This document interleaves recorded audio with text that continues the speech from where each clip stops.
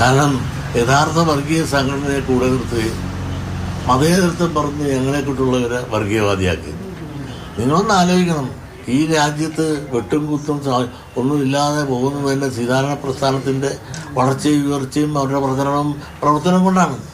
അതൊന്നും അംഗീകരിക്കാതെ ഞങ്ങളെ തനി വർഗീയവാദിയാക്കുക, യഥാർത്ഥ വർഗീയവാദികളെ അവർ വർഗീയവാദിയായെന്ന് കാണാതെ, അതുപോലെ ഞങ്ങളെക്കൊണ്ടുള്ള ഈ വർഗീയവാദത്തിന് എതിരായി എല്ലാവരെയും സമന്വയത്തോടുകൂടി കാണുന്ന ഞങ്ങളെ വർഗീയവാദിയാക്കി തേജോവധം ചെയ്യാൻ ശ്രമിക്കുന്ന ഇയാളാണ്.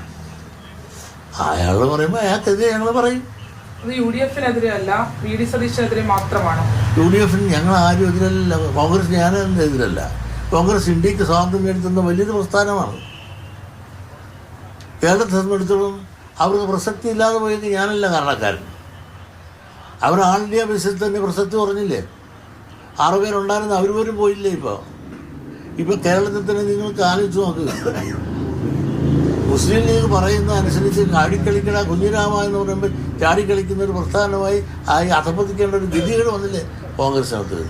അവർ ഇപ്പം തന്നെ പറഞ്ഞില്ലേ, ഇനിയും ഞങ്ങൾക്ക് കൂടുതൽ സീറ്റുകൾ തെക്കൻ മേഖലയിൽ വേണമെന്ന് കുഞ്ഞാലിക്കുട്ടി പറഞ്ഞപ്പോൾ ഇവിടെ പ്രതിപക്ഷത്തിൽ നേതാവായ നമ്മുടെ മുസ്ലിം നേതാവായിട്ടുള്ള എന്താണ് അദ്ദേഹത്തിൻ്റെ പേര്, അദ്ദേഹം പറഞ്ഞത് ശരിയാണ്, ഇവിടെ സീറ്റ് ഇനി അവർക്ക് കൊടുക്കേണ്ടതാണെന്നാണ് പറഞ്ഞത്.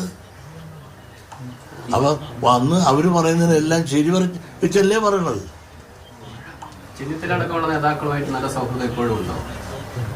അതിനൊന്നും UDF-നോടൊപ്പം വിയോജിപ്പില്ല അല്ല, VD സതീശന്റെ പരാമർശങ്ങൾ അല്ലെങ്കിൽ അത് മാത്രമാണ് അതെ, UDF-കാരോട് ഒരു വിരോധമില്ല. ഇപ്പോഴത്തെ ഈ കൂടിച്ചേരൽ, അതായത് പുതിയൊരു നീക്കം, ഈ പറഞ്ഞ സാമുദായികമായിട്ടുള്ള ഒരു ഐക്യത്തിലേക്ക് പോകുന്നുള്ള നീക്കം, അത് ആർക്കാണ് ഗുണം ചെയ്യുക? ഇടതുപക്ഷത്തിന് ഗുണം ചെയ്യുമെന്ന് കരുതുന്നുണ്ടോ?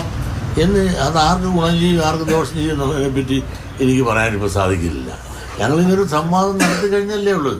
അതിൻ്റെ ഫലം എങ്ങനെ വരുന്നു എന്നുള്ളതിനെപ്പറ്റി ഞങ്ങൾ തമ്മിലുള്ള ചർച്ച ചെയ്തുള്ള ഉരുത്തിരുന്നതിൻ്റെ അടിസ്ഥാനത്തിൽ ഞങ്ങൾ രാഷ്ട്രീയ പാർട്ടികൾക്ക് പിൻബലം കൊടുക്കാനോ അല്ലെങ്കിൽ പാർട്ടിക്കാർക്ക് ഇടം കൊടുക്കാനോ വേണ്ടിയിട്ടല്ല. ഞങ്ങളുടെ കൂട്ടത്തിൽ എല്ലാ പാർട്ടിയുണ്ട്. അതുപോലെ എന്നെ സംബന്ധിച്ചിടത്തോളം അവരുടെ സമൂഹ സിദ്ധാന്തം പണ്ടും ഇന്നും നിലനിർത്തുന്നുണ്ട്.